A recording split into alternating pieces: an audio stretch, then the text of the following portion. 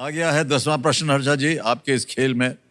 और यहाँ जो हम चेतावनी देते हैं उसे एक बार फिर मैं दोहराऊंगा कि इसे एक मौके पर चांस बिल्कुल मत लीजिएगा, क्योंकि ये मौका आपको एक ही बार मिलेगा। 10वां प्रश्न आ रहा है, सही उत्तर दीजिए। 2 लाइफलाइन अभी भी बची हुई है। 3,20,000 रुपए। 10वां प्रश्न ये रहा आपके सामने।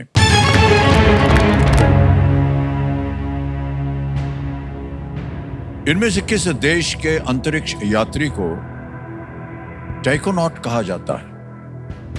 An astronaut from which of these countries is called a taikonaut? A. Germany, B. Japan, C. Mexico या D. China?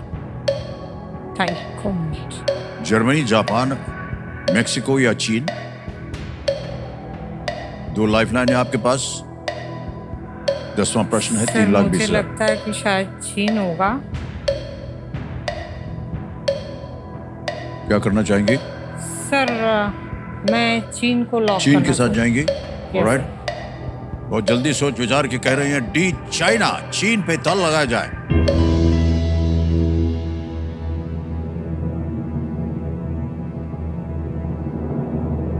टाइकोनॉट थोड़ा सा जापानी साउंडिंग है कि नहीं? टाइकोनॉट। देवी जी जापान कहती तो गलत होता, चाइना बिल्कुल सही जवाब दिया है आपने। बधाई बधाई बधाई।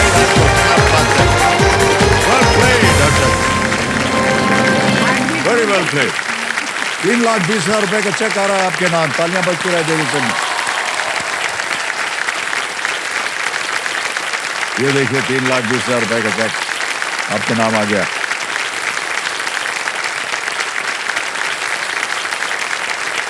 बहुत बहुत बधाई आपको। वाह, टाइकोंग का मतलब चाइना में, चाइनीज में होता है स्पेस या कॉस्मोस।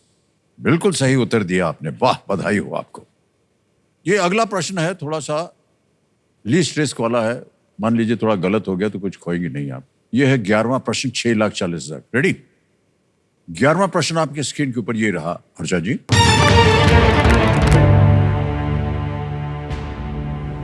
भारत में भौगोलिक संकेतक प्राप्त करने वाली पहली वस्तुओं में से एक आरण मुल्ला कन्नाडी किस प्रकार का उत्पाद है? What kind of object is Aran Mulla Kannadi, one of the first items to get a GI tag in India? Options हैं ये आपके सामने। A. Metal mirror, B. Cotton textile, C. Wooden toy, D. Silk painting. धातु दर्पण, सूती कपड़ा, लकड़ी का खिलौना या रेशम चित्रकारी?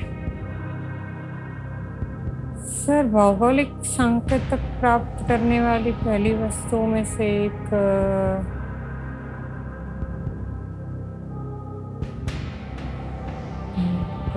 रेशम चित्रकारी तो नहीं था। और शायद कॉटन का था, तो सूती कपड़ा भी नहीं है। सर मुझे लगता है कि धातु दर्पण हो सकता है। अच्छा, लकड़ी का खिलौना भी नहीं। सर मुझे लगता है धातु दर्पण होना चाहिए, क्योंकि रेशम चित्रकारी तो नहीं ही है।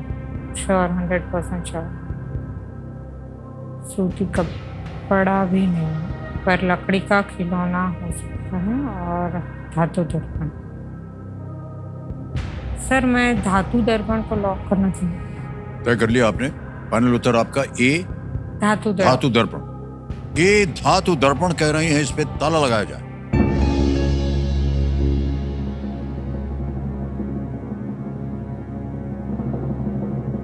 बधाई हो आपको, बिल्कुल सही जवाब दिया आपने।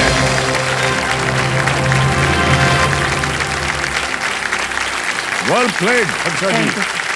बड़ा मुश्किल प्रश्न था ये। कन्नाडी का अर्थ है मिरर। कांच के शीशे के विपरीत इसे मेटल मिक्सचर के एक निश्चित कॉम्पोजिशन से पॉलिश किया जाता है, जिससे चमकने वाली सतह एक शीशे की तरह दिखती है और अड़नमूल केरल में स्थित है। हाँ अड़नमूल, आपको बताएं, हमको एक उपहार के रूप में मिला है ये शीशा। अच्छा सर। हमारे पास है ये, हम आते जाते अपनी शक्ल देखते रहते हैं इसमें। वेल प्लेड हर्षा जी, 6,40,000 रुपए आपने जीते, बधाई Thank you, हो sir. आपको। 12वां प्रश्न 12,50,000 रुपए स्क्रीन के ऊपर ये रहा। किस फिल्म निर्माता ने, जो एक पत्रकार भी थे, भारतीय पत्रकारिता में सबसे लंबे समय तक चलने वाले स्तंभों में से एक द लास्ट पेज लिखा था? Which filmmaker who also was a journalist wrote the last page, one of the longest running columns in Indian journalism? Option देखिए। ए ऋतिक घटक, बी मृणाल सेन, सी के ए अब्बास, डी मुजफ्फर अली। घटक भी नहीं है, मृणाल सेन तो नहीं है क्योंकि वो एक्ट्रेस थी। मृणाल सेन उनकी बेटी मोहन सेन तो नहीं है। के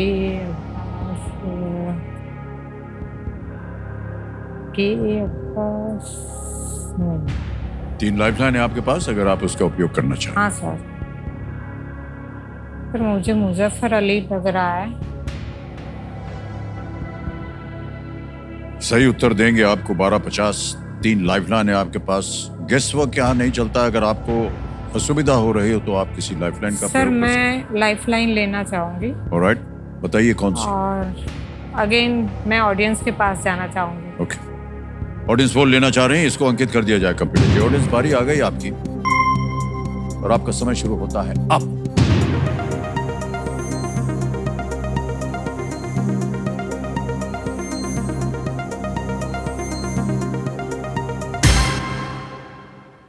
सी के अब्बास को सबसे ज्यादा प्रतिशत दिया है, 66%। ओके क्या करेंगे आप? सर मैं ऑडियंस के साथ ऑडियंस के साथ जाएंगे। ऑलराइट, अधिकतर ऑडियंस कह रही है सी। क्या करें? के ए अब्बास, सी सी। के ए अब्बास। सी पे थर्ड लगाने के लिए कह रहे हैं। Well done, audience is the right answer. क्या बात है। ख्वाजा अहमद अब्बास कई कलाओं के धनी थे, वो गुणी थे। वे एक पत्रकार, लेखक और फिल्म निर्माता भी थे।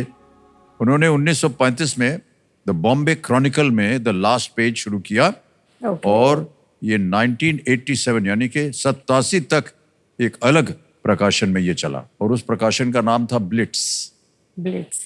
और ख्वाजा अहमद अब्बास, इन्होंने मुझे सबसे पहले फिल्मों में काम दिया था। अच्छा